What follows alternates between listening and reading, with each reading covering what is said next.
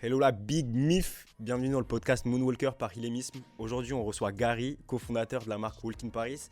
Donc pour les non-initiés, Walk in Paris c'est une marque de vêtements axée sur le streetwear avec un fort héritage vintage. Aujourd'hui on va en apprendre plus sur le parcours de Gary, les moments importants et décisifs dans la construction de Walk, ainsi que sur les références qui ont impacté sa vie. Merci à ma main Denzel McIntosh pour le générique, on se retrouve tout de suite.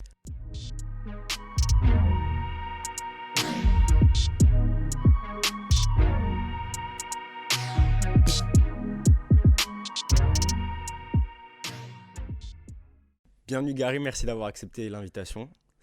Plaisir, merci à toi. Ça fait plaisir de te recevoir. Je voulais qu'on revienne ensemble un peu sur ton parcours, mais j'aimerais vraiment qu'on revienne au tout début.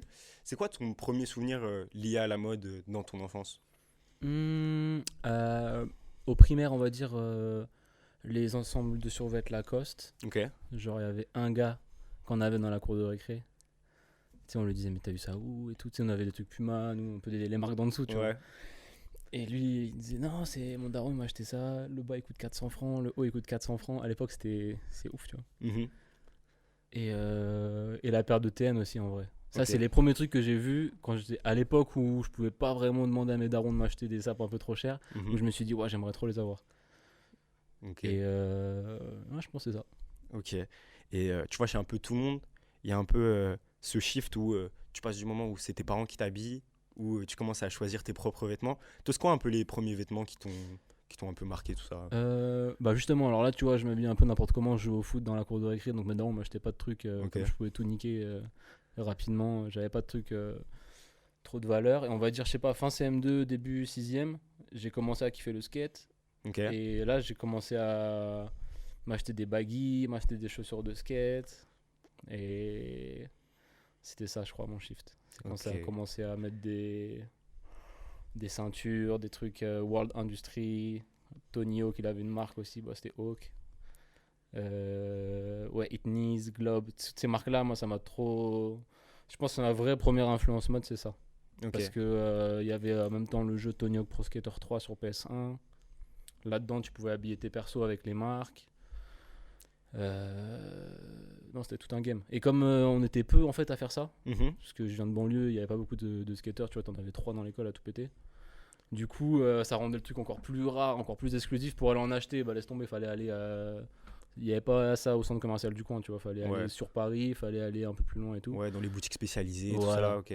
T'avais les magazines qui allaient avec, les magazines de skate avec les stickers, tout ça. Donc ça, je sais pas, le truc était global et tu voyais tout ça en plus à la télé, sur MTV. Mhm. Donc non, c'est ma première culture, on va dire, qui m'a vraiment matrixé, tout ça en même temps que le rock en fait. Ok. Donc voilà. Ok, je vois. Et du coup, pour passer un peu plus sur Walk in Paris, on a récemment vu un tweet où vous évoquiez le fait qu'en juin, ça va faire 10 ans que vous aviez imprimé votre premier t-shirt. Je voulais savoir à quoi il ressemblait ce premier t-shirt et ce qu'il représente pour toi aujourd'hui, un peu avec le recul. Alors ce premier t-shirt, il était, avec du recul, il était pas terrible, mais en même temps, fallait bien commencer avec un truc. Ok. J'ai l'impression que c'est le cas de beaucoup de mecs, tu vois. Ouais. Alors même moi, le premier t-shirt que j'ai imprimé, aujourd'hui, je le trouve tuba, tu vois. Ouais, non, mais il était bateau, surtout qu'en plus c'était... Alors qu'est-ce qu'on avait copié ? On avait copié Pigalle, qui avait fait un rectangle Ok. avec écrit Pigalle dedans. Ouais, je me rappelle très très bien. Donc ça, c'était un peu leur classique à eux, leur box logo. Nous, on avait fait un rectangle avec des fleurs, un motif un peu fleuri derrière. Tu vois bien en 2013, la marque un peu... Ça se voulait un peu hipster parisien, tu vois, à l'époque où les gens ils portaient des t-shirts à fleurs et tout. Et en même temps, il y avait un logo en bâton qui représente une tour Eiffel. Et ce truc-là, c'était un peu pompé de Eleven Paris, ils avaient fait un peu le même Ok, truc. ouais. Donc voilà, le match-up des deux marques, il était pas hyper bien réussi. Ok. Mais voilà, ça c'était les premiers t-shirts. Après, on a commencé à faire des dessins nous-mêmes avec un pote à nous qui était graphiste. Et là, c'était un peu plus personnalisé déjà. C'était des monuments de Paris, genre, je sais pas, un banc, un lampadaire, une entrée de bouche de métro, dessiné un peu, tu vois, à la va-vite comme ça, sur t-shirt blanc. C'était un peu plus sympa, mais c'était pas fou non plus. Ok, je capte. Et le nom de la marque dès le début, ça a toujours été Walk in Paris et vous avez gardé ça dans le temps ? Ouais, ça a direct Ok. été ça. On est parti de ça en fait. Hein. Ok. Tu vois, j'ai l'impression que des fois, il y a des rencontres qui vont arriver assez subitement, mais qui vont influencer tout le reste de ta vie. Et de ce que j'ai compris, ça a l'air d'être un peu le cas avec Léo.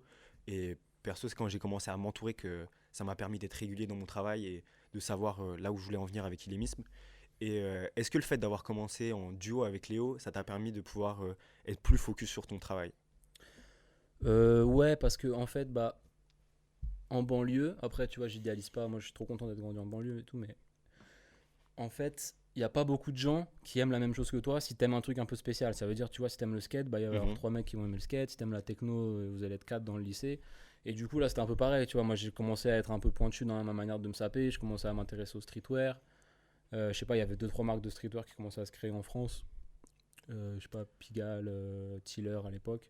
Wasted qui était déjà des marques créées quand on est arrivé, qui étaient déjà un peu implantées. Ok, ouais, je me rappelle très bien de cette époque. Cette époque un peu, tu vois, début 2010. Et du coup, bah, moi au lycée, j'étais un peu le seul on n'était pas beaucoup, tu vois.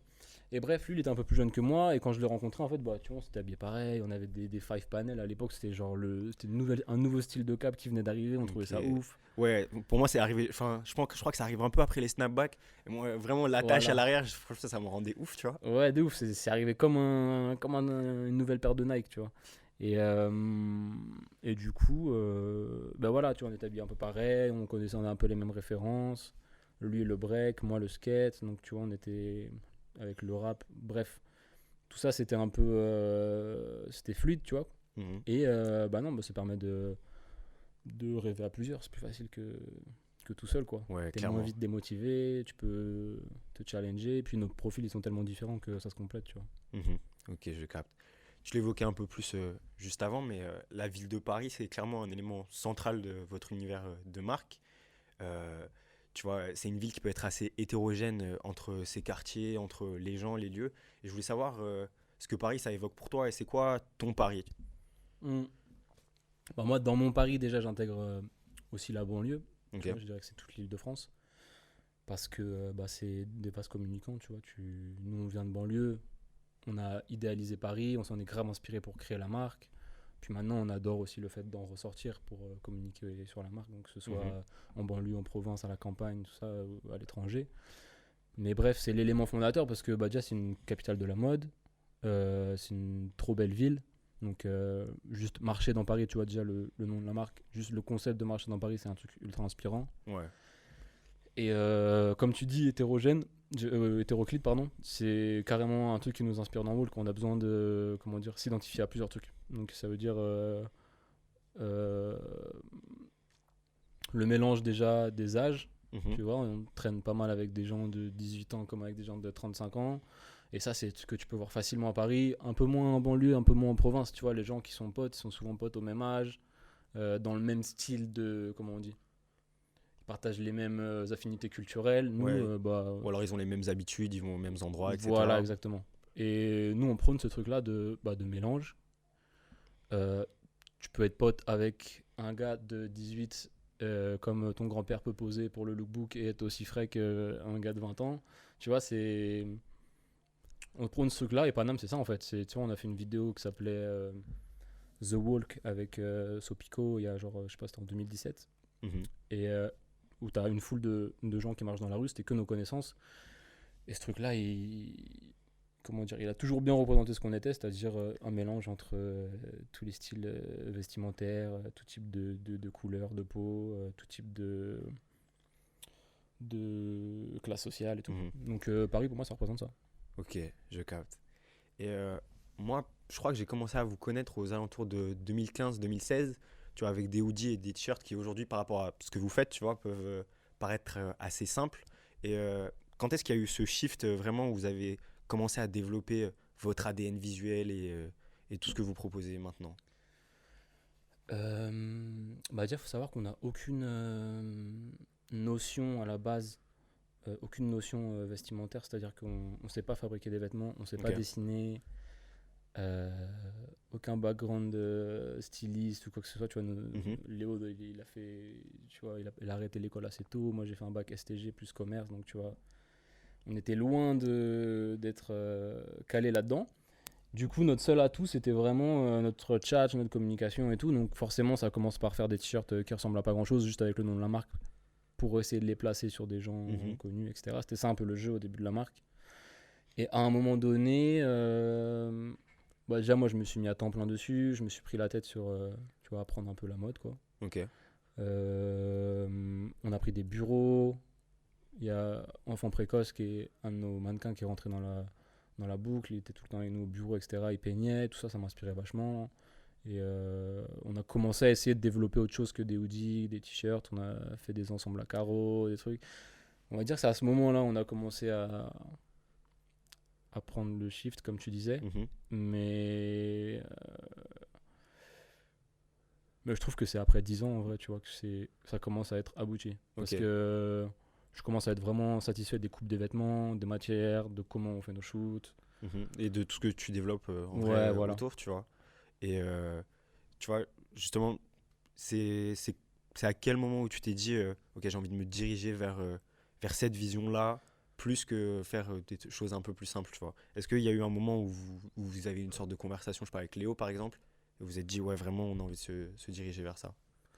En fait, on avait un slogan qui est archi pompeux, qu'on a toujours eu au début de la marque, tu vois. Je sais même pas si j'ai déjà dit ça à quelqu'un, mais c'était street and chic. Donc, tu vois, ça faisait pitié, tu vois, mais genre,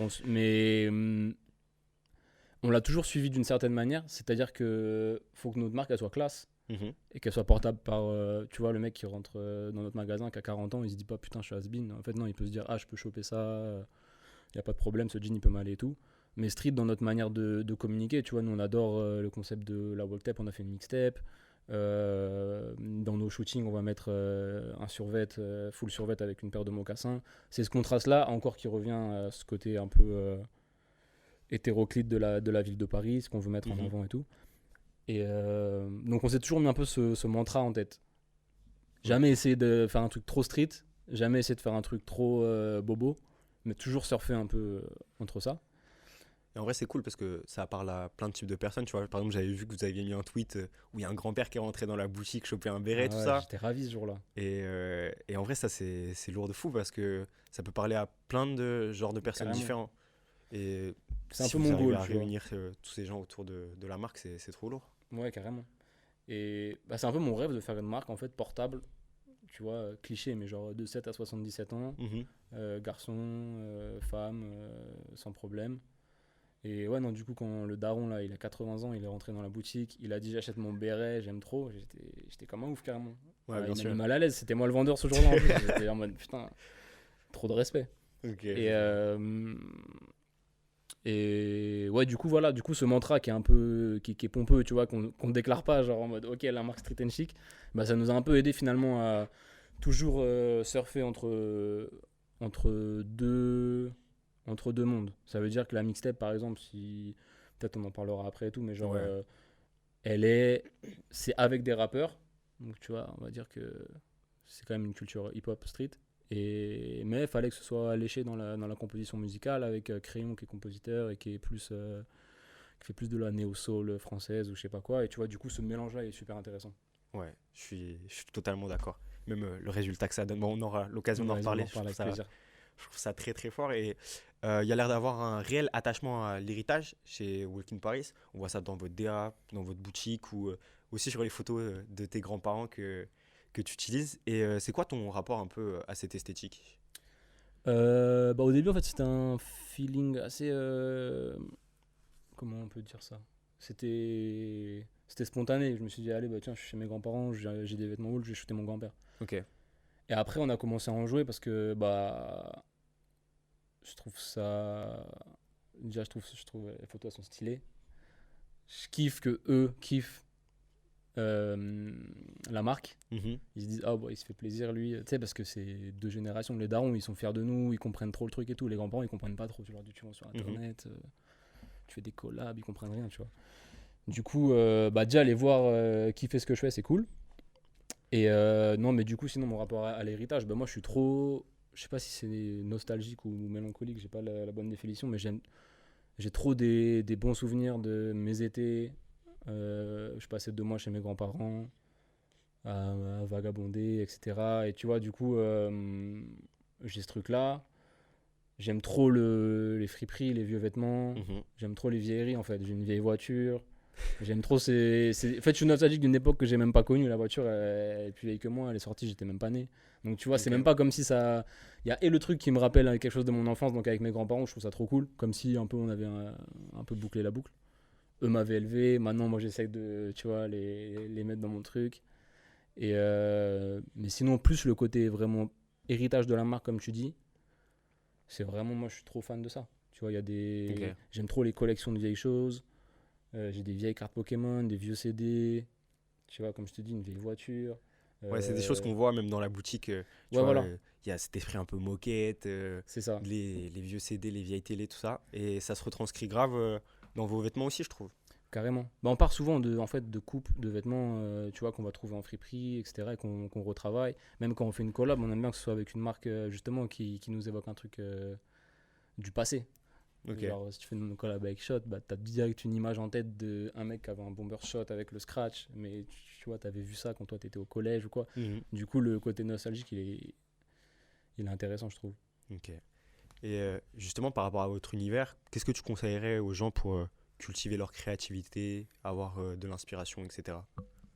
Euh, Bah, des fois, l'inspiration, elle se trouve pas forcément là où tu l'attends. C'est-à-dire que des fois, tu te dis, ah ouais, vas-y, il faut que je me renseigne sur le design. Je vais ouvrir des livres de design mobilier des années 70 et en lire un paquet et tout. Et en fait, des fois, ça te tombe dessus, mais par le plus grand des hasards, parce que tu as vu, je sais pas moi, dans un vieux boui-boui, tu as vu un mec posé sur un fauteuil. Le fauteuil, tu l'as trouvé trop stylé. Et Mhm. tu as commencé à lui parler, lui demander, ah, c'est quoi, machin. Je sais pas, des fois, ça peut. En fait, je dirais que, bah, déjà, il faut rester tout le temps euh, aux aguets et prêt à apprendre de nouvelles choses. Mhm. Donc, ça, c'est sûr et certain. Quitte à ce que ce soit des choses, comment dire, qui t'auraient pas forcément intéressé au premier abord. Je dis une connerie, Ouais. je sais pas moi, la pétanque ou alors les fléchettes ou alors, je sais pas moi, l'histoire de la marque Kiabi. C'est des trucs que tu me dis ça, je me dis, ouais, je m'en fous. Mais en fait, ça se trouve, ça peut te donner une clé sur une manière de créer ta marque. Donc, toujours rester un peu, euh, comment on dit, Un peu aux aguets sur aux ce qui se aguets, ouais. passe. Ouais, bon, j'ai pas le bon mot, mais ouais, bref. Toujours être aux aguets et se dire, allez, si je peux apprendre un nouveau truc aujourd'hui, c'est cool. Je me coucherai moins bête. Et surtout, bah. Ouais, c'est ça, hein. Je pense que pour moi, c'est ça. Ok. Même en vrai, c'est quelque chose qui parle aux gens. Tu vois, ils peuvent se ressentir dans une esthétique que eux ils ont connue plus en détail quand ils étaient petits et ça peut leur évoquer des choses, tu vois. Carrément. Donc, donc c'est trop lourd d'avoir cet œil ouvert sur ce qui se passe Ouais, dans d'autres carrément. univers, quoi. Et dans chaque collection, tu vois, les pièces elles sont souvent cohérentes les unes avec les autres. Et je voulais savoir comment ça se passe pour vous au niveau design et cohérence. Est-ce que vous réalisez des produits chaque jour et ensuite vous réalisez qu'il y a une certaine cohérence ou vous vous placez direct un mood board? Bah, en tout cas, comment on travaille maintenant, on va dire. On fait. Souvent, on part d'une thématique Ok. qui peut être hyper vaste. Style, par exemple, là, la thématique pour une prochaine collection, c'est genre Route 66. Ok. Mais tu vois, avec l'inspi un peu casquette trucker de camionneurs américains, à la fois un peu l'inspi parabout Yosemite qu'on a de randonneurs, des premiers mecs qui sont partis escalader les montagnes Yosemite, à la fois le gros beauf qui est posé au, au truc, comment ça s'appelle là, À les l'air lunch. d'autoroute. Ah ok, Ouais, ouais. voilà, les aires d'autoroute de trucs d'américains là. Bref, un peu tout ce mélange là, mais après en fait, bon, on se contente pas à ça, on n'est pas déjà assez. On n'a pas de. Comment dire, de moyens de production assez poussés pour vraiment rentrer hyper en détail là-dedans. Mhm. Ok. Mais ça va être un début d'inspi pour le shooting et ça donne des clés pour les pièces. Après, on part d'un gamme colorimétrique qu'on essaie de à peu près respecter. Ok. Donc c'est pour ça que les pièces elles ont l'air d'être cohérentes. Et mais sinon, voilà, on fait ça, on va dire. Après, on va envoyer des prototypes. On va dire, bah voilà, peut-être que du coup, si c'est Route 66, si c'est un peu trucker américain, on va mettre des pantalons taille haute, un peu évasés en bas, je sais pas. Et on lance des protos. On voit ce que ça donne. S'il y a des trucs qu'on n'aime pas, on les sort pas. Mhm. S'il y a des trucs qu'on kiffe et on se dit, ah, il manque peut-être une pièce comme ça, on essaie de la faire. Si on est pris de court, tant pis, tu vois. Mais souvent, non, la collection, elle est à 80% pour l'instant fidèle à ce qu'on imaginait. J'espère que ça sera bientôt, on pourra faire vraiment tout ce qu'on veut, mais là pour l'instant, voilà. Les moyens ne sont pas encore illimités. Mhm. Mais ça part d'un mood board, ou même ça peut partir des fois juste d'une pièce. On se dit, tu vois, je sais pas, moi, on peut avoir une collab avec Shot et se dire, ah bah tiens, notre prochaine collection, on va la faire autour de Square Shot. On avait fait ça pour la Paraboot en fait. Ok. La chaussure Paraboot Yosemite. On s'était dit, bah vas-y, ça peut être un bon point de départ Mhm. pour, en termes de couleurs, en termes pour une collection. Puis voilà. Ok. Et justement, est-ce que tu as une sorte de rituel avant de commencer une collection? Par exemple, je sais que pour certains designers, la première idée qui leur vient, c'est toujours les vestes. Et ensuite, ils construisent le reste. Toi, est-ce que tu as un peu ce truc-là ou pas du tout? C'est toujours différent. Bah moi en fait j'aime trop les pantalons, j'aime trop les jeans. Ok. Du coup, parce que je trouve que c'est dur en tant que garçon de trouver un bon jean, la bonne coupe, Je suis totalement d'accord. tu vois. Et du coup, moi mon rêve c'est vraiment de me dire, ok, je deviens la marque Walk in Paris, c'est un basique des jeans. Tu sais que tu vas pouvoir trouver là on a la prochaine coupe qui sort là dans une semaine, il y a genre la coupe régulière qui est hyper basique, la coupe, le pantalon du menuisier qui est un peu, tu vois, l'inspi Carhartt un peu évasé, pantalon de travailleur. Euh, Il y a prochainement des bagues qui vont sortir. Je veux qu'il y ait, tu vois, plein de gammes de jeans, que ce soit en mode, ok, ça je sais que cette gamme-là, elle me va. Si je la rachète d'une autre couleur l'année prochaine chez Walk in Paris, ça va fitter, il n'y a pas de problème. Du coup, je pars des jeans en fait. Je pars des pantalons, Ok. pas que des jeans. Les pantalons de costard aussi, Mhm. euh, pantalons de jogging. Et après, parce que je trouve que c'est plus facile de, tu vois, une veste, on va dire, que ce soit du. Admettons, tu arrives en friperie, tu trouves une veste en S, en XL, ça peut t'aller. Tu peux réussir à gérer le hoodie, pareil. Pantalon, si ça fit pas, tu vois. Du Clairement. coup, je pars de ça. Ok. Ok, je vois. T'en parlais un peu plus tôt, même dans le clip avec Sopico ou avec Enfant Précoce. Et j'ai vraiment l'impression que c'est l'entourage qui fait vivre la marque. On retrouve souvent les mêmes mannequins, les mêmes égéries. Et est-ce que c'est quelque chose de volontaire? Est-ce que c'est un entourage qui est venu se greffer au projet? Ou tu sais directement des gens qui étaient autour de toi? Et c'est quoi un peu ton rapport à ça? Alors, mon rapport à ça, bah, c'est un peu long parce que déjà, comme je te disais, en On banlieue, a tout notre temps. vas-y, je T'inquiète. pars du début. En banlieue, il y a peu de gens, généralement, qui aiment les mêmes choses que toi. J'ai envie de dire, je dis une bêtise peut-être, mais maintenant avec les réseaux sociaux, si toi t'aimes, j'ai envie de dire une bêtise, mais Nelik, ça va être Ok. facile pour toi de trouver d'autres fans de Nelik avec Discord, tout ça et tout machin. Par contre, au lycée, en 2008, si t'aimes Nelik, bah, à part trouver deux trois gars, tu vois, ça va être compliqué pour toi. Donc pareil, on va dire pour le streetwear. Donc quand j'ai rencontré Léo, je me suis dit, ah bon, bah déjà, tu vois, t'es deux, tu peux faire une bande avec deux personnes, donc c'est cool. Et d'un autre côté, moi j'ai toujours été assez fan des groupes de rock déjà au début. Donc Ok. tu vois, ils sont plusieurs. Les Red Hot Chili Peppers, ils sont quatre, c'est trop stylé. Tu te dis, ah, il y a le chanteur, mais t'as aussi le personnage secondaire, t'as le bassiste et tout. Puis après, plus tard, quand j'ai commencé à plus m'intéresser au rap avec, tu vois, Section d'Assaut, l'entourage et tout, je trouvais ça trop stylé qu'il y ait plein de gens qui œuvrent pour le même projet. Et c'est pas forcément, ils n'ont pas forcément les mêmes qualités. T'en as un qui fait les t-shirts, l'autre qui fait les vidéos. Ouais. T'as ce rappeur, il rappe comme ça, l'autre il rappe comme ça. Et je trouvais ça beau en fait d'avoir, tu vois, à l'image du bateau de Luffy dans One Piece. Chacun a son poste, chacun le fait bien, chacun excelle dans son truc. Et ça sert au projet au Et final, ça quoi. sert au projet, ça sert juste à aller chercher le One Piece, tu vois. Et du coup, donc voilà, moi je suis trop fan des bandes. Ok. Et je trouvais ça trop beau et j'avais pas ça en fait. J'ai jamais eu ça quand j'étais petit parce que j'ai toujours essayé d'appartenir à une bande qui existait à moitié, tu vois, en essayant de faire le skater, le gothique, le machin, le truc. Et j'ai toujours un peu flotté au milieu de ça. J'ai jamais vraiment eu un vrai truc d'appartenance. Ok. Bon, ce qui a fait que je me suis trop bien développé aussi parce que j'ai essayé plein de trucs différents. Et du coup, au début de Walk, bah, les gens ils nous voyaient en mode bon, bah oui, c'est des mecs qui font une petite marque de sap, normal en même temps, tu vois, on commençait, c'était pété. Du coup, on n'arrivait pas trop à générer de l'intérêt pour notre marque. On allait à Paris, les gens ils nous boycottaient un peu et tout. Et petit à petit, en fait, en se développant, bah, on voyait que ce qu'on faisait, ça commençait à devenir cool et on était un peu attractif. Et du coup, les Mhm. gens ils se disaient vas-y, je vais bosser avec eux, c'est cool et tout, même si c'est pas cher, même si c'est gratuit, on va faire le truc ensemble, il n'y a pas de problème, les photographes, les mannequins et tout. Et, euh, et ça a commencé à graviter un peu autour de nous. Et en vrai, le premier élément, c'était Enfant Précoce. Tu vois, en Ok. 2000, je dirais que la marque, on l'a créée en 2013. Et lui, en 2016, il fait un premier shooting pour nous. Mhm. On le connaissait pas, c'était le photographe qui l'avait ramené. Et ça a direct trop matché. Lui, il commençait à peindre un peu en même temps. Puis moi, après, un an et demi après, je prenais nos premiers bureaux, donc tu vois, il était là tout le temps. Donc ça a commencé comme ça, et du coup, quand on avait ces premiers bureaux au plein centre de Paris, c'était un peu un lieu de passage. Ouais. Tous nos potes passaient, etc., etc. Puis des gens restaient plus longtemps que d'autres. Tu vois, ça revenait un peu tous les jours. Nelik, euh, Julien Granel, des gars comme ça. Et vas-y, bah, je sais pas, tous les photographes, les gens qui bossaient avec nous. Et puis on a commencé À tisser des liens. à tisser des liens. Ok. Et du coup, bah après, du coup, les gens des fois se demandent est-ce que c'est un label, un truc et tout machin. Nous, on est une marque de sable, c'est juste qu'on a plein de gens qui nous supportent.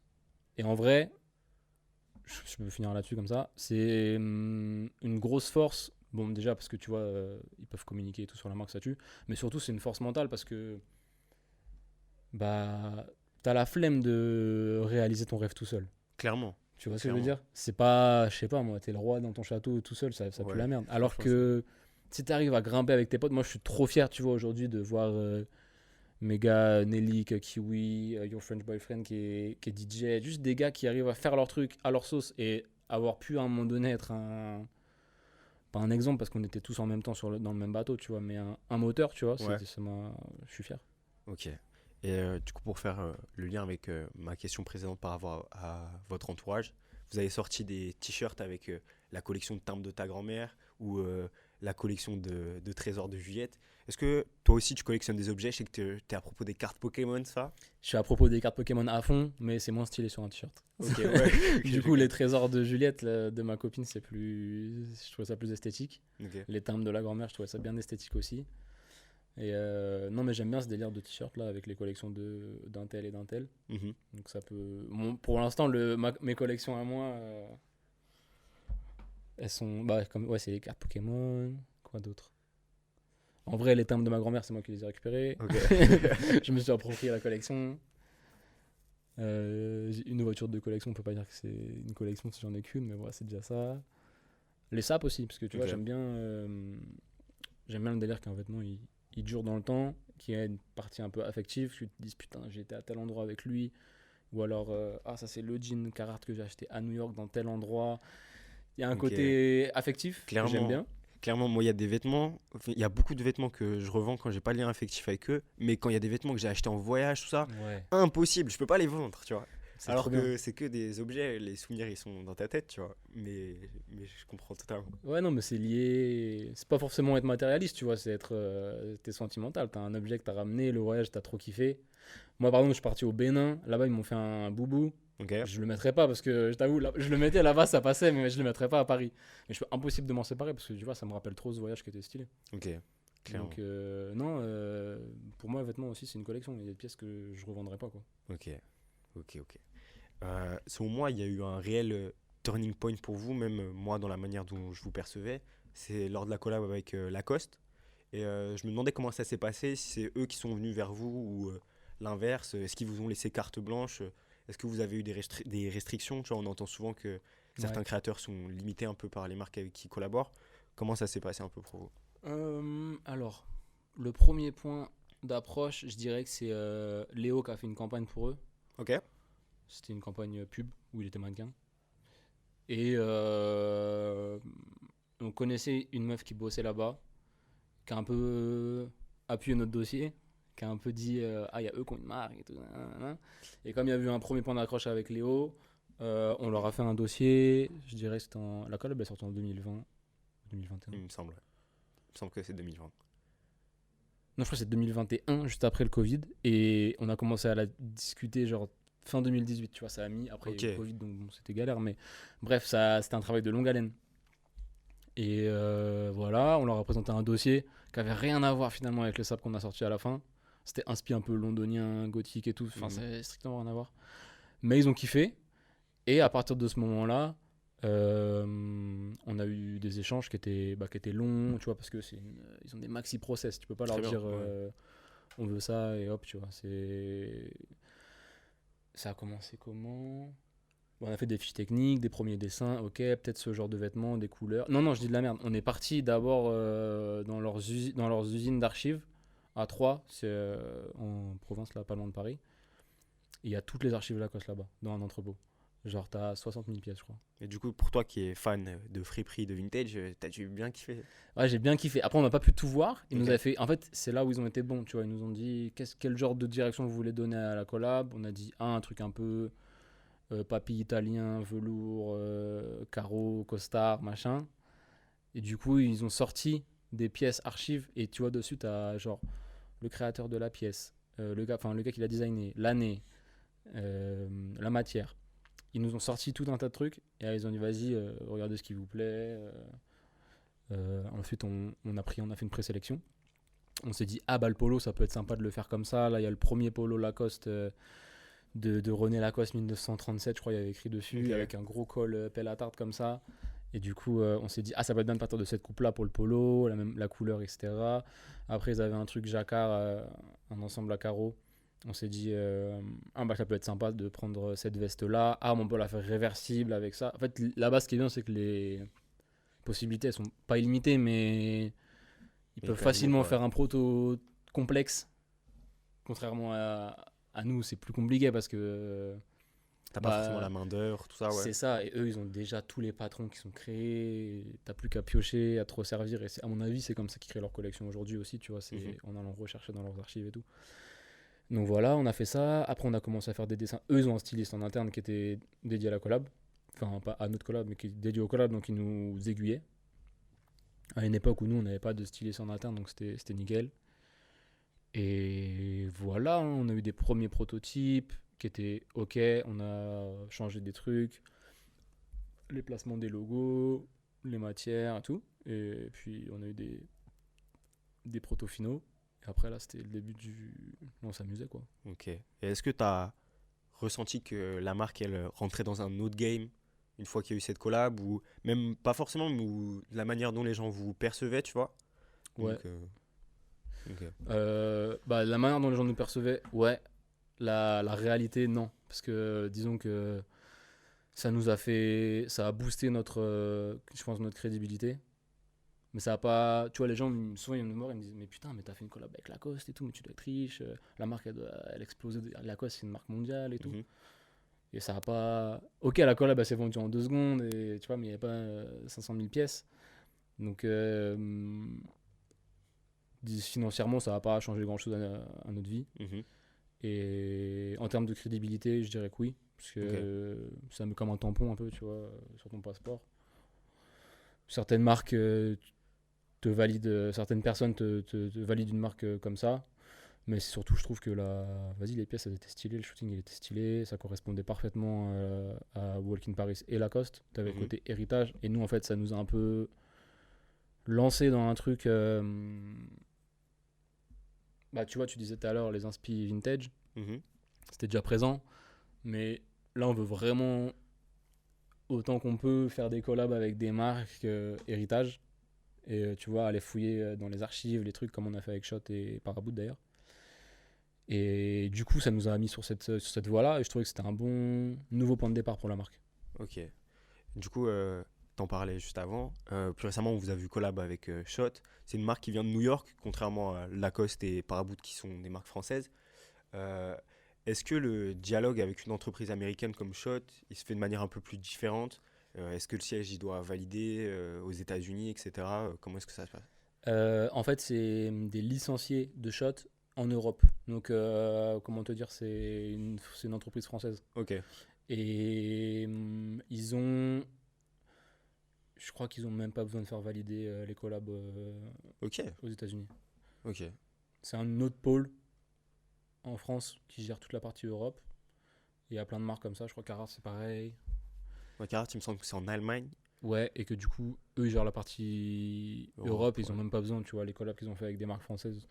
Je crois qu'ils avaient fait l'art de l'automobile, Headbanger et tout. C'est des trucs qui sont gérés, si je dis pas de conneries, hein, directement sur place. Et t'as pas forcément besoin d'avoir la validation. T'as des trucs à respecter dans la collab. Genre, tu dois pas. Tu vois, nous, on aime bien faire des mélanges de logos. Mhm. Et dans la veste Shot, t'as des étiquettes Shot Walk avec les deux noms de marque mélangés. Ça, on n'avait pas le droit de le faire apparaître sur l'étiquette principale dans le col de la veste. Ok, Il fallait qu'il y ait l'étiquette Shot basique. t'as pas trop le droit de toucher à leur logo. À part ça, en fait, il n'y avait pas grand-chose comme restriction. Eux, c'était assez free. Ok. Et moi, du coup, j'ai beaucoup aimé ce que vous avez proposé en termes d'image lors de cette collab avec le shooting. Comment est-ce que tu as réussi à mixer l'ADN des deux marques? Euh, Bah, en fait, tu vois, au début, quand on m'a dit collab avec Shot, je me suis dit, ah ouais, je sais pas, parce que j'avais pas envie de faire un truc bateau, parce que tu vois, eux, ils font la pièce iconique de chez Shot, c'est le Bombers en nylon, tu vois, avec le scratch sur le pec. Je sais pas comment on dit, c'est un Bombers ou. Ouais, bref, c'est la veste Ouais, bien avec sûr, la veste l'intérieur classique. orange, le noir ou ou bleu marine, tu vois, c'est. Bref, la classique. Je pense que tout le monde voit. Et je me dis, ouais, mais si je fais ça c'est téléphoné, tu vois. Et du coup, j'hésitais en fait avec cette collab. Et au bout d'un moment, on s'est dit, vas-y, les mecs de chez Shot nous ont ramené des archives. Ils nous ont dit, voilà, il y a ça qui a été fait chez Shot, USA. Il y a ça, il y a ça, il y a ça. Voilà les pièces, vous me dites si vous kiffez ou pas. Et en fait, là, ils nous ramènent un vieux cuir Shot USA qui ressemblait du coup, dont on s'est inspiré pour faire le cuir en question. Et là, on s'est dit, ah ouais, ça c'est vraiment trop sale et tout, c'est trop stylé. On apprend qu'ils se vendent 1000 balles le Ok. cuir. On se dit, waouh, c'est trop frais, mais putain, nos clients vont jamais mettre 1000 balles là-dedans et tout, c'est trop hard. Et bref, après, on arrive avec la production, comme c'est fait en Europe et pas aux États-Unis, on peut payer un peu moins cher les coûts de production et tout. Mais bref, du coup, ils nous amènent ça. On se dit, vas-y, ça peut être chaud. Bah, on part de ça Ok. et on va essayer de mettre des couleurs wall dedans et de le rendre un peu street. On va mettre un gros logo derrière, on va mettre nos trucs à l'intérieur, nos étiquettes, nos machins. Puis voilà, hein, c'est un mélange. Moi, pour moi, c'est un bon mélange aussi parce que tu as les couleurs Walk in Paris. Ouais. Tu vois, le marron, le vert forêt qu'on utilise beaucoup. Et tu as une coupe vintage, Mhm. héritage encore une fois, tu vois. Et, et puis c'est un cuir shot, c'est leur savoir-faire. Parce que faire des cuirs, mec, Ouais, c'est un faire autre des vestes game. en cuir, c'est un game de ouf. Donc aux États-Unis, en fait, t'as des marques comme Aimé Léon d'Or, Golf Le Fleur, Suprême, ils vont voir shot juste parce qu'ils sont. Enfin, c'est une bête de marque, mais c'est parce qu'ils ont un savoir-faire de fou malade et qu'ils pourront pas faire des cuirs aussi stylés S'il passait tout s'ils seul. Ouais. passent pas par ça, tu vois. Donc Ok. c'est un gage de qualité de ouf. Voilà. Ok. Moi, il y a un truc que j'ai regretté un peu en termes d'image, c'est que vous avez pas shoot avec Prince Wally. Frérot, on devait. J'ai vu ça sur le tweet. Ouais, on n'a pas réussi à s'accorder au niveau timing, tout ça. Ah, j'étais deg. Ouais, moi aussi j'étais deg, mais c'est pour le meilleur parce qu'il y a un épisode 2 qui va sortir avec Shot, donc on Let's espère que go. Prince Wally il sera dispo cette fois-ci. Mais, mais ouais, c'est le dernier moment, on devait, tu vois, et lui était trop chaud, il adore la veste. Genre, nous on s'est dit, on n'a même pas reçu le premier proto de la veste, on l'avait juste dessiné comme ça, on se disait, ok, c'est sûr, c'est pour lui la veste. Ouais, C'est clairement. le mannequin number one. Shout out à Moussa. Et on entend souvent dire que les marques internationales ou les marques françaises de renommée mondiale, elles donnent pas assez de force à des créatifs français ou des marques françaises plus indépendantes. Et c'est surtout le cas dans le streetwear, j'ai l'impression. Qu'est-ce que tu penses un peu de cette situation? Qu'est-ce qui manque aux marques de streetwear françaises pour exploser à une plus grande échelle? Ouais, bah je pense que c'est peut-être aussi notre faute, hein, parce qu'il y a des marques européennes qui arrivent à se faire vraiment entendre mondialement, comme la Cortez récemment, comme Palace, qui est anglais, Ouais, même Pata. Pata, qui est hollandais. Moi, je pense que, tu vois, il y a quand même Pigalle qui a fait un petit bout de chemin dans la haute couture et tout. Mhm. Bah, je pense que ce qui nous manque, c'est à nous, hein, tu vois, de montrer ce qu'on sait faire, hein. Parce Ok. que vu que Paris, c'est une capitale de la mode, je pense que c'est attractif de faire des collabs avec des marques françaises. Je pense que ça doit être stylé pour une marque internationale. Mais non, je pense que c'est à nous de prouver qu'on est capable de faire aussi bien que Palace, Cortez et Pata. Ok. Ok, je capte. Il y a quelque chose où ça me tenait à cœur d'en parler avec toi, c'est la musique. Personnellement, tu vois, je réalise une playlist pour chaque nouvelle collection que je développe. Est-ce que la musique, ça vous accompagne dans votre processus créatif? Dans quelle mesure c'est important pour vous? Hmm, Bah ouais, déjà ça nous accompagne parce que là tu vois on sort une collection qui s'appelle Il fait dimanche. C'est la collection printemps-été là 2023. C'est une chanson de Henri Salvador et en fait direct c'est facile parce que un mood board, tu vois les photos, chacun un peu l'interprète comme il veut. Là t'écoutes la chanson, t'es direct dans un mood. Tu vois Ouais. direct où on veut aller. Et non, mais sinon, oui, de base, ouais, bah, on adore la musique. Hein. Moi, j'ai essayé de rapper, j'ai mixé, j'ai tout fait, quoi. Les prods, les trucs. J'étais pas très bon, du coup, j'étais meilleur dans les saps. Mais j'avais toujours ce rêve de faire une mixtape, du coup, non, c'est omniprésent. Et Ok. d'ailleurs, on a commencé un peu notre marque grâce à ça aussi, parce que c'était des placements de produits sur des rappeurs, en vrai, qui nous ont fait connaître. Mhm. Sur des rappeurs ou sur Moi, Mister c'est comme V, ça que ou, je vous ai connu. tu vois, tout le monde a un peu connu comme ça, et c'était un peu ouais, marque de rappeur, et ça nous a trop aidé parce que nous, ça nous faisait kiffer, quoi. Ok, je On vois. aime trop la musique d'un gars, ça fait trop honorer si le mec il porte la sape. Ok. Toi, c'est quoi les albums qui t'ont un peu marqué dans ta vie? Dans ma vie, au début, du coup, quand j'étais plus petit, on va dire 10 ans, machin, moi c'était Red Hot Chili Pepper, donc Californication, l'album, je crois que c'est 98.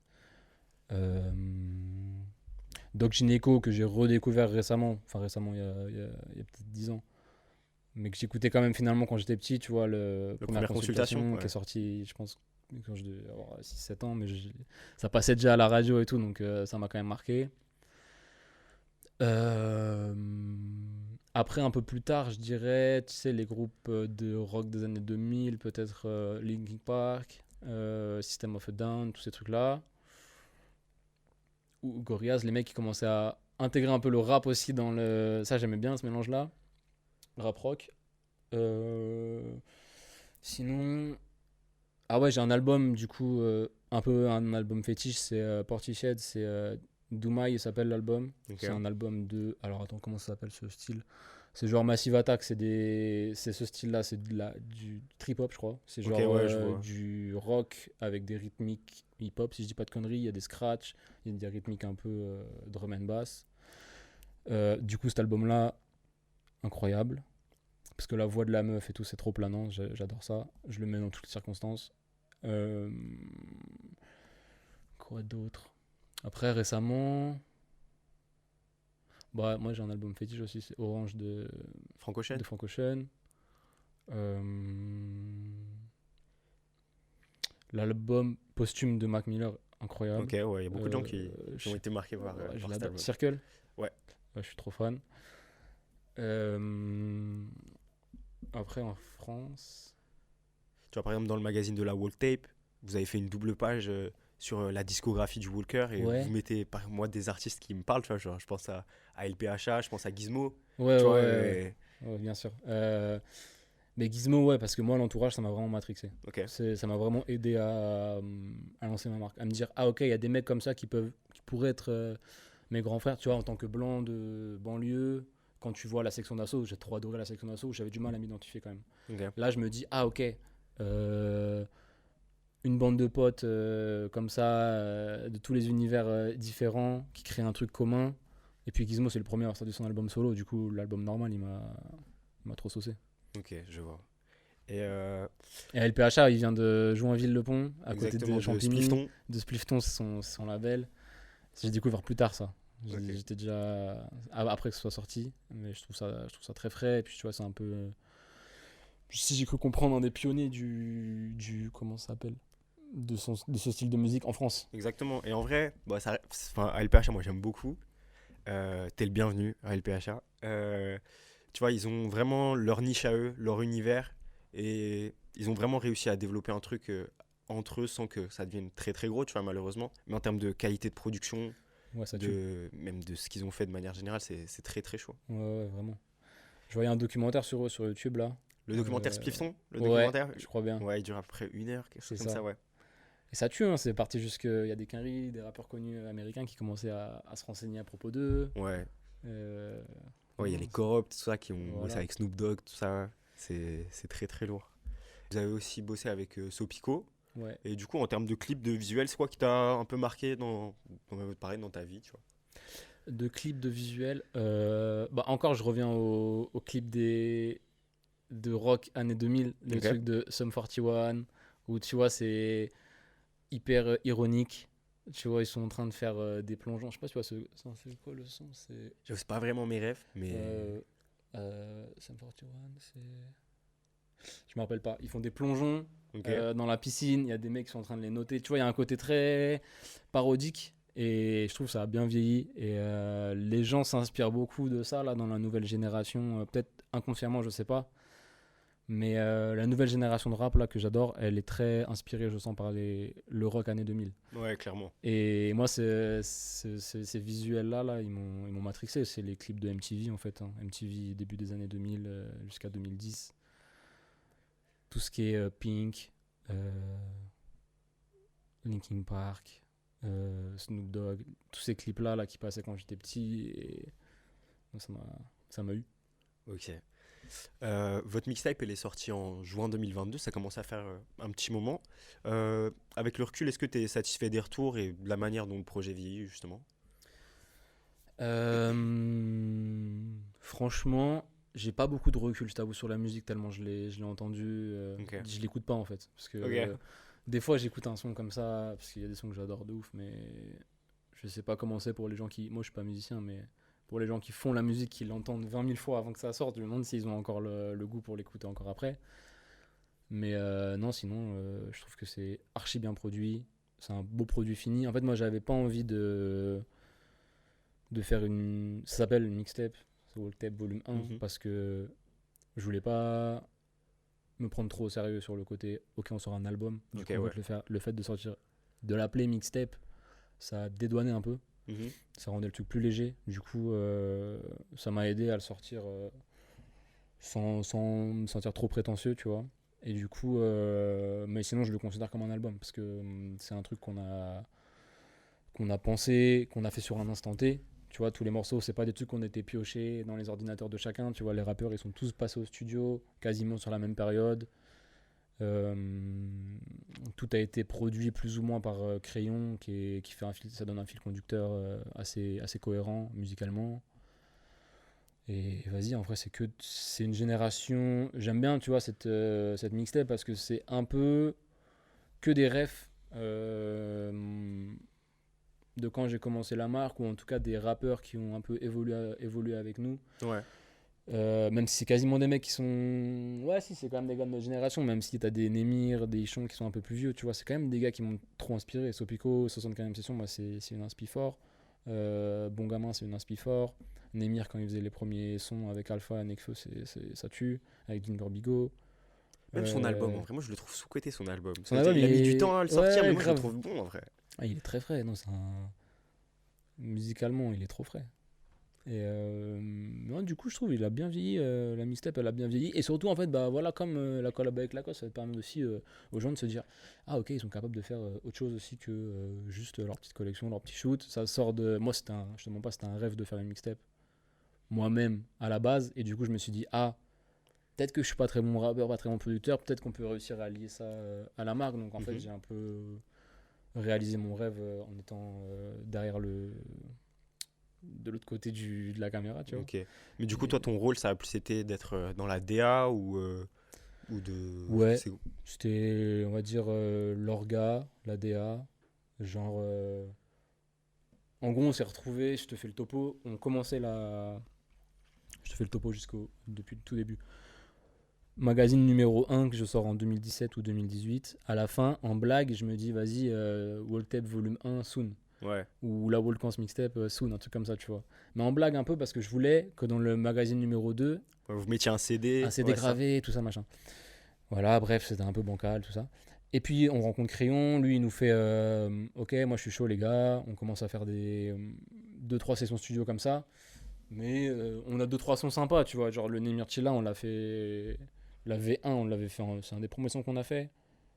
Le Isha Laylo aussi, c'est un des premiers sons qu'on a fait, Ok. mais genre sans Laylo, avec Isha, avec Clara de Agar Agar, le son était frais et tout, donc on avait des quelques maquettes. Mais voilà, c'est trop dur d'organiser les emplois du temps. Bref, le Covid arrive et là, genre, on a un hôtel qui nous dit vas-y, on a un studio en bas si vous voulez passer une semaine ici et carte blanche. Et là, on se dit ok. Et c'est là où, on va dire, je suis intervenu. Je me suis dit ah, ok. J'ai appelé tous les rappeurs que j'aurais aimé voir sur cette tape. Et en fait, comme personne n'avait tourné, tu vois, c'était la fin du Covid. Je sais pas, c'était la première session de confinement, c'était jusqu'en mars 2020, tu vois. Juillet, personne n'avait tourné. Et du coup, tout le monde était chaud. Ok. Et puis même, je crois qu'ils ont été logés dans l'hôtel. Ils logeaient dans l'hôtel, c'était trop stylé. Ok. Et le gars, il nous laissait carte blanche. French Theory Hotel, juste à côté, là, dans le 6ème, à Odéon. Donc, non, il a trop assuré. Et du coup, non, c'était ça mon rôle, quoi. C'était d'organiser le truc. Après, musicalement, bah, genre, je ne compose pas, mais on va dire. T'as une oreille. On va dire que j'ai une oreille et surtout, j'étais capable de me dire, ah, ce serait vraiment stylé si Sopico il faisait un son avec ça sur du boom bap machin, donner 2-3 conseils. Ah ouais, ça tuerait si, je sais pas moi, Enchanté Julien, on l'a vu sur la tape, on se dit, ouais, je commence à parler avec elle. Et je lui dis, ouais, ça peut être cool, un feat masculin, tu vois, dessus et tout. On est là, on dit, ouais, je sais pas qui et tout, Nelly et tout, machin. Chrissy et tout, on évoque des noms comme ça. Ok. Et un jour, elle me dit, ouais, Moussa, il a entendu le son. Moi, je le connaissais pas, tu vois. Je connaissais à peine d'ailleurs Julia aussi. Et on parlait comme ça. Et elle me dit, ouais, Moussa, il a entendu le son.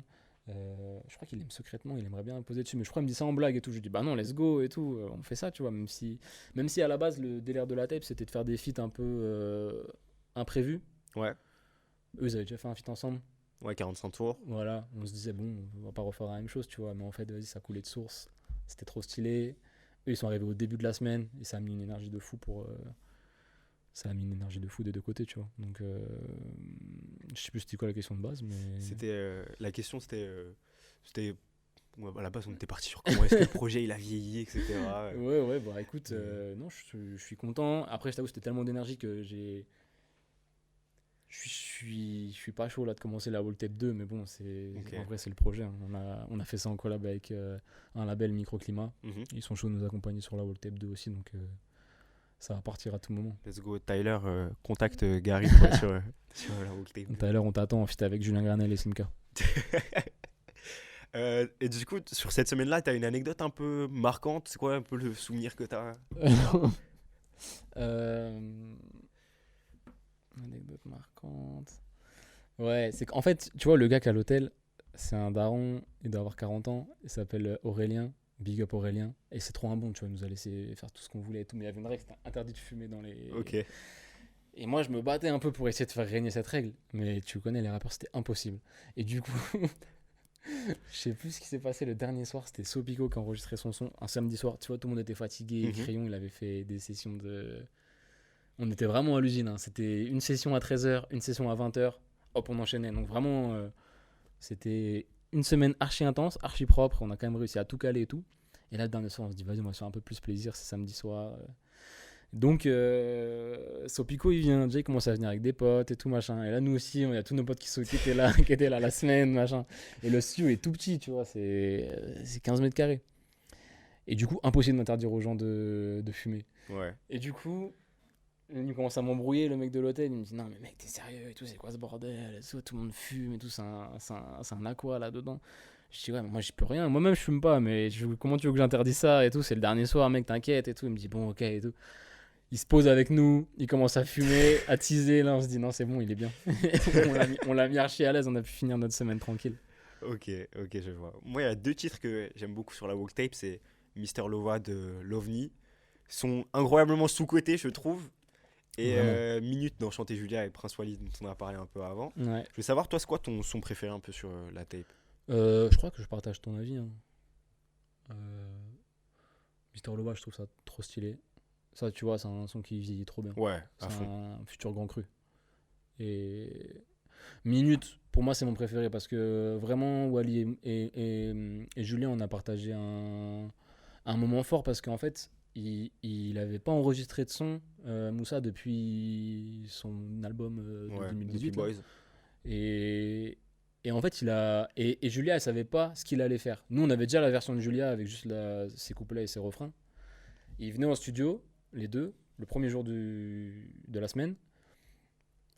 Et personne savait ce que Moussa allait rapper.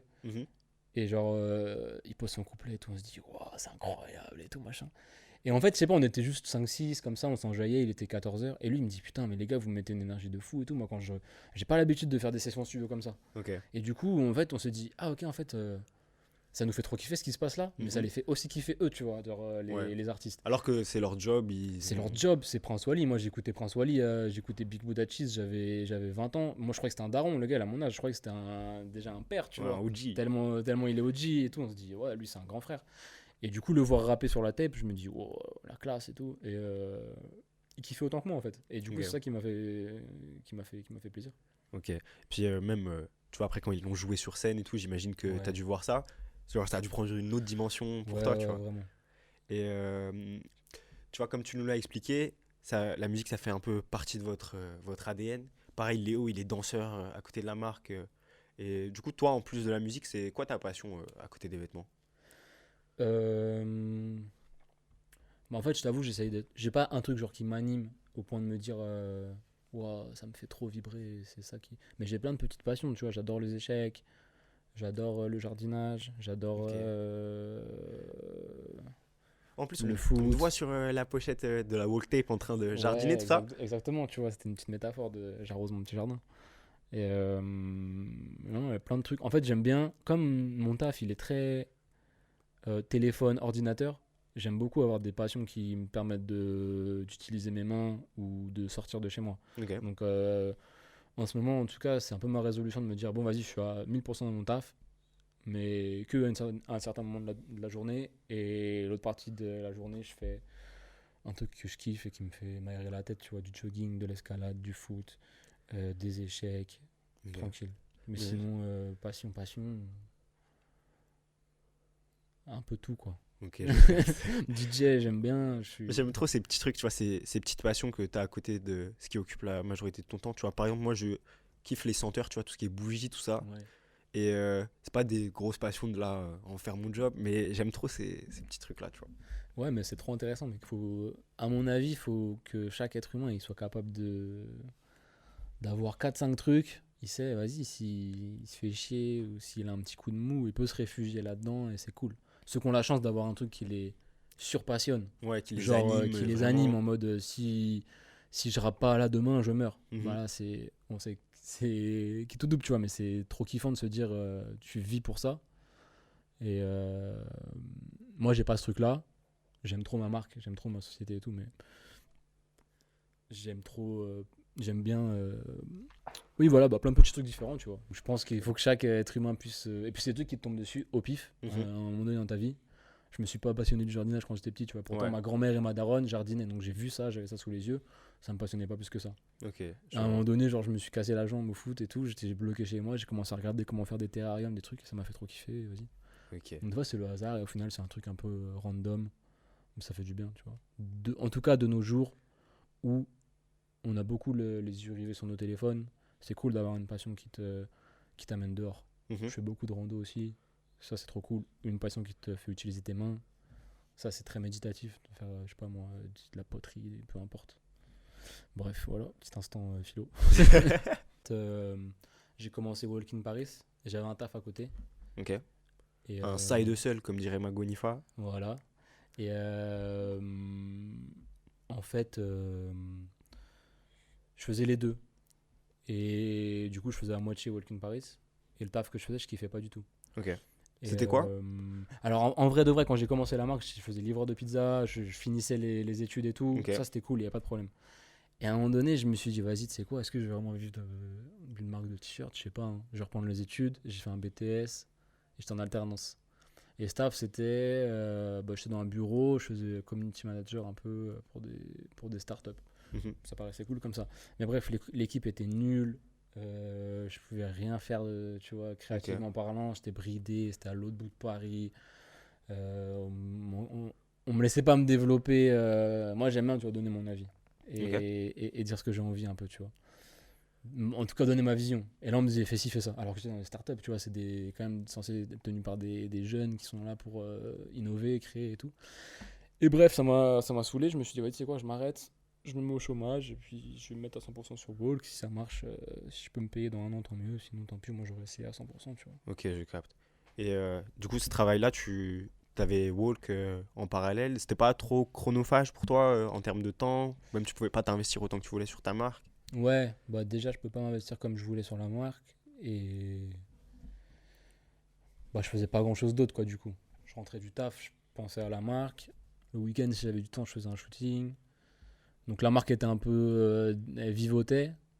À ce moment-là, Léo faisait des tournées, des trucs, donc il y avait que moi pour tenir le truc. Mhm. Et ça ressemblait pas à grand-chose, tu vois. C'était l'époque où on faisait juste des hoodies brodés et qu'on essayait de placer sur des rappeurs, tu vois, en 2014, un truc comme ça. Et bah ouais, non, si, c'était archi chronophage. Après, tu sais, quand t'aimes. Tu sais, j'ai toujours aimé Walk. Ça Ok, m'a toujours fait kiffer. Donc, quand t'aimes, tu comptes pas, tu t'en fous si tu te couches un peu plus tard, c'est pas grave. ok. Et tu vois, tu nous parlais aussi de cette période de chômage, tout ça. Et est-ce que ça a été facile à accepter pour ton entourage familial, par exemple, tu vois? Est-ce qu'ils ont été là pour te soutenir, t'accompagner là-dedans? Ouais, de ouf. J'ai eu grave de la chance. Ok. Bah, justement, en fait, au début, bah, je la comprends, tu vois, ma mère, elle m'a dit, t'es sérieux, tu veux vraiment faire une marque de vêtements et tout, essaye, refais une année d'études, alternance, essaye de voir. Parce que moi, j'avais carrément, dès que j'ai eu l'idée Walk in Paris, j'ai quitté, j'ai fait que ça à 100% Mhm. pendant un an. Après, je me suis dit, bon, vas-y, peut-être t'as raison et tout, et pour le faire plaisir aussi un peu, je me suis dit, vas-y, je vais refaire cette année-là. Et finalement, merci, parce que ça m'a permis de me rendre compte que j'aimais pas, et que j'avais pas envie de travailler pour un boss, en tout cas pour un boss qui me fait chier, tu vois. Ok. Donc, non, ça m'a trop aidé, et en fait, quand tes darons, ils voient que ce que tu fais, ça t'anime, ils peuvent pas trop, et que c'est pas mauvais, et que c'est pas néfaste. Je pense que si c'est des bons parents, il n'y a pas de problème. Moi, ils m'ont direct soutenu, ils m'ont toujours aidé. Mon daron m'a donné 1 000 € quand j'ai commencé la marque. Ma mère, hier encore, on était avec ma mère en train de faire des cartons. Elle m'aide de ouf. Elle m'aide à faire même les factures. Donc, c'est vite devenu. Je suis vite devenu le centre de l'attention dans la famille avec ma marque, tu Ok. vois, parce qu'ils m'ont tous aidé. Ma soeur, ma mère, même mes grands-parents, ils m'aident. Donc, non, j'ai eu la chance d'être archi bien soutenu. Ok. C'est lourd. Donc, tu vois, à la base, la marque de vêtements, ça part d'une impulsion purement créative, tu vois, de votre part, j'ai l'impression. Mais à un moment, même, tu vois, quand tu t'es mis en chômage, tout ça, ça veut dire que tu n'as plus forcément d'argent qui rentre et il faut vivre de ce business-là. Est-ce que ce côté plus business, des fois, il t'a freiné dans ta créativité, dans le sens où tu passes plus de temps à discuter avec les usines, à négocier des prix, et au final, ça prend plus de raisons pour laquelle tu as commencé, quoi. Ouais, bah c'est vrai que malheureusement, maintenant, c'est le jeu. Je passe 80% de mon temps à. Enfin, plutôt, je passe 10% de mon temps à faire de la créa. Mhm. Donc, on va dire de plus en plus. Mais j'ai aussi de plus en plus de responsabilités qui font que je dois de plus en plus être en contact avec les usines, gérer les comptes. Il y a de plus en plus de collaborateurs dans la marque, il y a des agents, des trucs et tout. Donc, c'est un bazar pas possible. Et du coup, moi, mon rêve, ce serait d'être, tu vois, juste DA derrière et tous les jours, je fais de la créa et toute la partie administrative, c'est quelqu'un d'autre qui la gère. Sauf Ouais. que bah, aujourd'hui, c'est comme ça, tu vois, on est en Indé, donc on fait tout nous-mêmes et vas-y, c'est le jeu, quoi. Mhm. Donc, non, j'accepte cette partie-là, même si j'avoue que quand t'as passé 4 heures à faire de la gestion de ta société, t'as peut-être moins envie de faire de la créa derrière. Mhm. T'es fatigué, donc c'est dur de réussir. Enfin, un truc que je trouve quasi impossible, c'est de me dire, ok, aujourd'hui je fais de la créa. Ok. Impossible. Je vais forcément être dans une sauce sur WhatsApp ou par mail ou au téléphone, tu vois. Ok, ok. Tu vois, par exemple, j'ai récemment vu une vidéo d'Alpha One où il revenait sur le fait de faire de l'argent par soi-même. En tant qu'entrepreneur, tu sais que c'est c'est pas toujours des revenus fixes qui vont rentrer et tu dois te débrouiller pour que cet argent y rentre. Comment est-ce que tu gères ça et comment est-ce que tu as appris à gérer ça? Moi, j'ai toujours un rapport à l'argent très. J'aime bien le troc, j'aime bien magouiller, j'aime bien les trucs, j'aimais bien. Tu vois, les cartes Pokémon, en fait, Mhm. c'est venu d'une passion de. J'aimais bien troquer dans la cour de récré. Du coup, j'ai ce truc-là, j'aime bien le jeu du commerce. Tu vois, j'adore ça plus que l'argent. Enfin, je m'en fous. Je suis Ouais, pas. On verra si un jour je suis milliardaire, ça se trouve, je vais dérailler, tu vois. Mais c'est pour tout ce qu'on l'instant, te souhaite. moi, je pense que je déraillerai pas, y a pas de problème. Mais ce que je veux dire, c'est que j'aime bien vendre des trucs. Mhm. Après, avoir de l'argent, je m'en fous un peu, tu vois. Ok. Mais ça m'a toujours excité, en fait, de me dire, oh, je fais des t-shirts, je vais les vendre. Et un gars, il va me donner de l'argent pour un truc que j'ai créé. Ouais, Je trouve même ça ça, trop ça stylé. intéresse les gens, tout ça. Ouais, ça Ils sont... intéresse les gens et c'est. Bah, c'est trop valorisant de réussir à vendre un truc que tu as créé toi-même. Je sais pas, ça te flatte ton ego de ouf. Et du coup, c'était quoi la question de base? Bah, c'était comment est-ce que tu Ah, as mon rapport à géré, ça. comment est-ce que tu as tu te dis que tu dois sortir cette collection à ce moment-là, que Ouais. tu vois, t'as pas le revenu fixe d'un salaire qui rentre chaque mois où tu es tranquille. Enfin, peut-être que tu en as, tu vois, en perso, mais pour l'entreprise, tu vois, je sais pas. Ouais, c'est très très dur. En fait, je suis quelqu'un de très économe dans la vie de tous les jours. Ok. Tu vois, je fais jamais de dépenses, je me fais kiffer, hein, mais je fais jamais des dépenses excessives. Et du coup, je suis, en tant que gérant de Walk in Paris, je dois faire l'inverse. Je dois tout le temps investir. Mhm. Dès que j'ai de l'argent, qu'il y a de l'argent qui dort, il y a forcément un truc à faire pour faire pull up la marque avec cet argent-là. Donc, je sais pas moi, créer des protos, euh, lancer une boutique, tu Ouais. vois, ça coûte ça coûte de l'argent. Et du coup, bah, trouver l'équilibre entre être économe dans ta vie privée et être, pas dépensier, mais genre être investir tout le temps investir sans se dire, bon, vas-y, il faudrait que je prenne un peu ma part de temps en temps. Mhm. Moi, je me dis toujours, non, vas-y, là, si cette année-là, l'objectif c'est la Walk Tape et la boutique, je mets 1000% là-dedans, moi, c'est pas grave, tu vois. Si je Ok. fais mon petit salaire, il n'y a pas de problème. Et du coup, voilà, faut trouver le juste milieu entre ça et ça. Et vas-y, en vrai, je te mens pas, c'est stressant, hein. Tu sais très bien que, comme tu dis, un salarié lambda, bon, il peut se faire virer du jour au lendemain, tu vois, mais il a quand même moins de pression à la fin du mois. Moi, je sais que, bah, je sais pas, si moi et mes 3 gars, là, on s'arrête de travailler, dans ce 4 mois, il n'y a plus rien qui rentre, quoi. Mhm. Tu vois, donc ce truc-là, il est stressant. Mais je pense que c'est, bon, déjà, de une, c'est un stress bénéfique. Et de deux, bah, tout le monde est stressé de quelque chose. Que tu sois Ouais. en CDI ou que tu sois en freelance ou que tu sois en full entrepreneur, il y a forcément un truc qui va te stresser. Donc je me dis, il n'y a pas de métier parfait. Moi, le mien, c'est ça. Et vas-y, j'accepte le jeu, tu vois. Ouais, ok, je capte. Et il y a un point que tu as évoqué rapidement, c'est la boutique à Paris. C'était quoi le but derrière ce projet-là? Parce que tu vois, vous êtes déjà redistribué dans plusieurs magasins en France. Est-ce que le but c'était de centraliser tout ça autour d'un seul et même lieu? Euh, alors, par rapport à la distribution, pas forcément. Parce qu'en fait, on a lancé la boutique. En Mhm. même temps, on commence le wholesale, c'est-à-dire la vente dans les grands magasins et tout. Ok. Donc le but c'était pas de centraliser toutes les ventes chez nous, c'était surtout d'asseoir notre DA, de se dire, en fait, en gros moi créer la boutique, ça m'a même aidé de ouf à comprendre quelle était l'ADN de ma marque. Parce Ok. que des fois les gens ils me disaient mais c'est quoi Walk in Paris en 3 mots, un truc et tout, je savais pas du tout quoi dire. Ouais. Et du coup c'est dur en vrai, tu peux pas dire, je vais pas leur dire ah bah c'est une marque de streetwear, street and chic, tu vois, genre qu'est-ce que tu veux que je te dise. Donc je dis toujours, je brodais en fait. Mhm. Et là maintenant les gens je leur dis bah va voir la boutique, tu vas comprendre c'est quoi la marque. Ok. Et du coup, donc ça m'a aidé de ouf. Et bah, ça aide en fait à faire du contenu, ça aide à faire de la com, ça aide à faire des événements. On vend aussi, tu vois, on vend Mhm. plus. Donc non, ça tue, je suis trop content. En plus, c'est un rêve aussi, tu vois. Tu crées une Clairement. marque de vêtements, une boutique, c'est à l'ancienne de ouf pour moi. Là. Pour nous qui sommes des enfants d'Internet, moi j'ai lancé la marque grâce à un vieux site Internet. Créer une boutique, c'est le big accomplissement, genre. Donc, donc voilà, non, on va dire, c'est de l'image et c'est des ventes en plus et c'est du maxi kiff. T'es là, tu parles au Mhm. client en fait aussi. Il y a ça, c'est que quand tu vois un truc sur internet, il y a beau avoir écrit Julien Martin qui habite à Perpignan, en fait, tu sais pas comment il est le gars, comment il s'habille Clairement. et tout. Là, tu vois le gars, ça t'aide à créer tes vêtements aussi. Mhm. Parce que genre, le gars il va direct te dire ce qu'il aime et ce qu'il aime pas. Puis ça te crée plus de data, tu sais comment Voilà, construire tes vêtements un peu mieux, ce qui parle de le ouf. mieux aux gens qui te suivent, tu vois. T'as des retours en live. Ouais. Donc non, ça tue.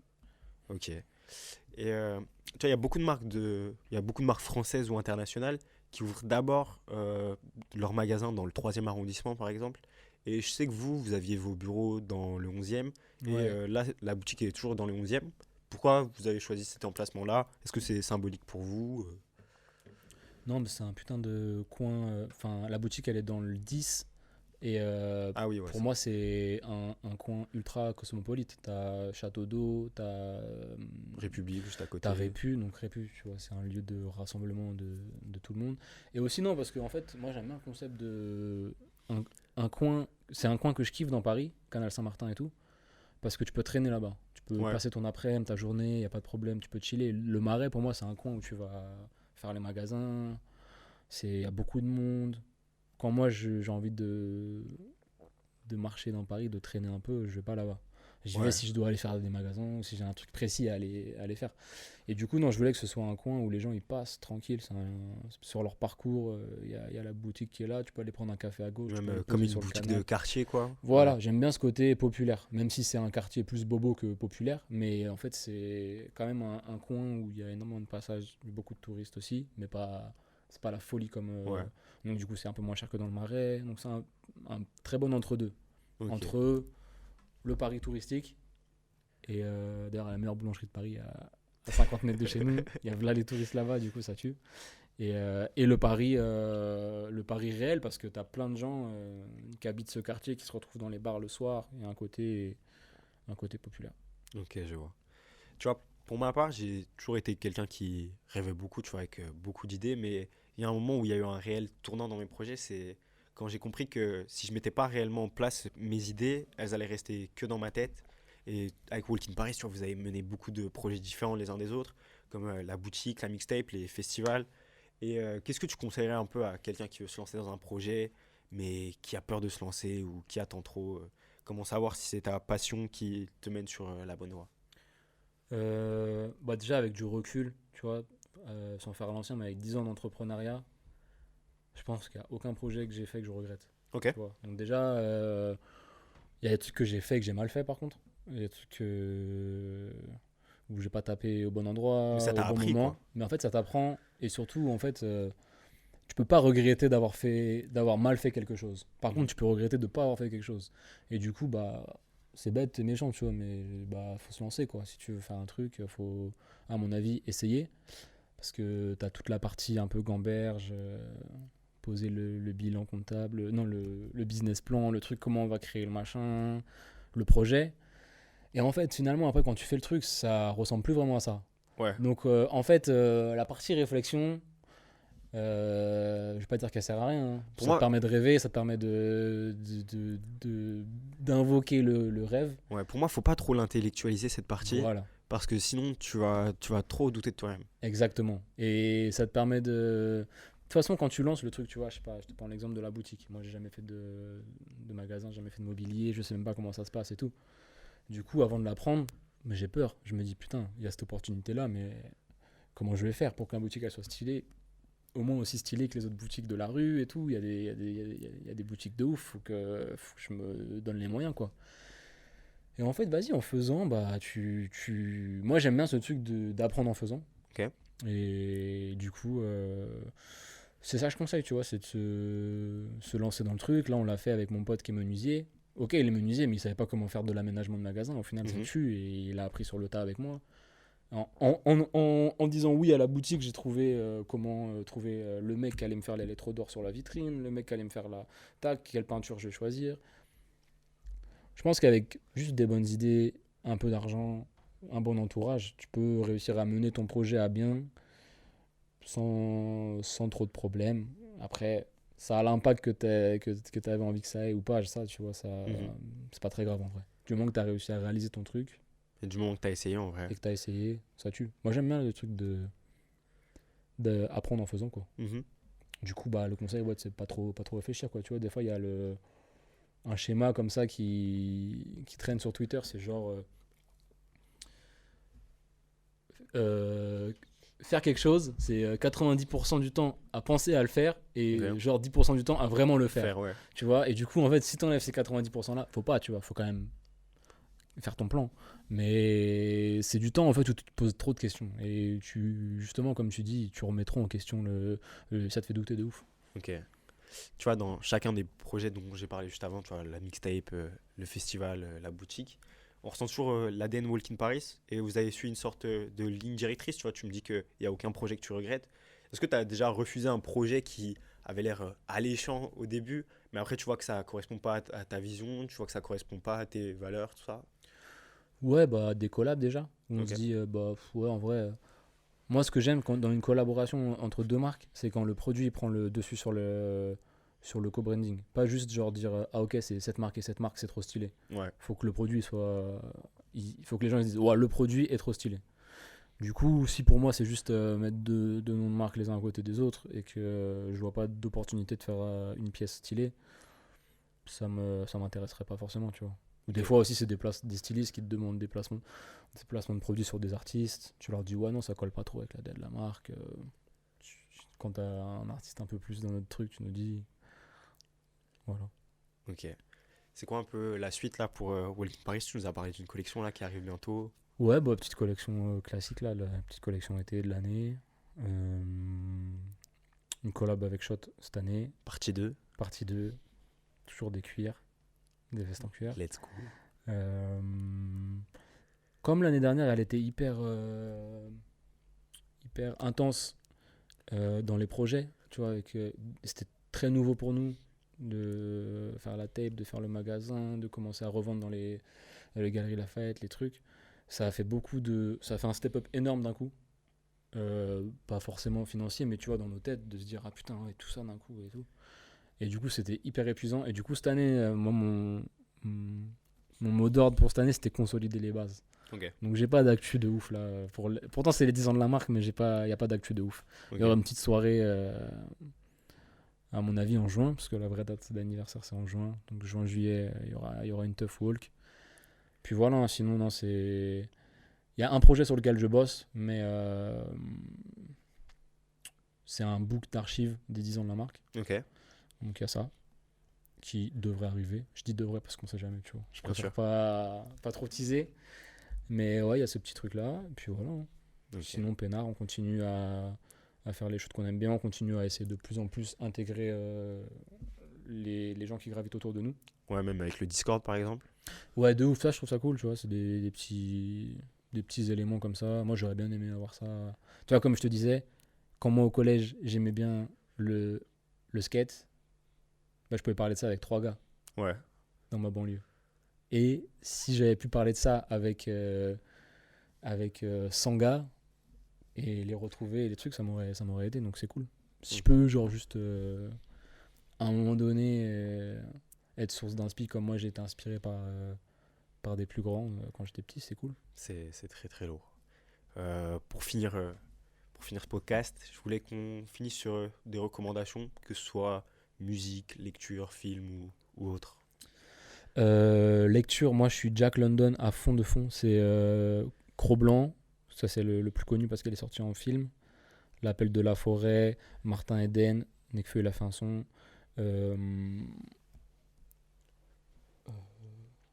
Dans la Dèche à Paris et à Londres, ça tue. Dans la même lignée, il y a Charles Bukowski qui fait en gros, c'est un peu des vagabonds, des riders, ils te racontent un peu leurs péripéties, comme ça tue. Bon, c'est beaucoup plus scénarisé chez Jack London. En manga, là j'en ai lu un qui m'a bouleversé, c'est devenu mon top 1. Avant j'étais berserk à fond, Ok. je disais à tout le monde, ouais, c'est mon meilleur manga.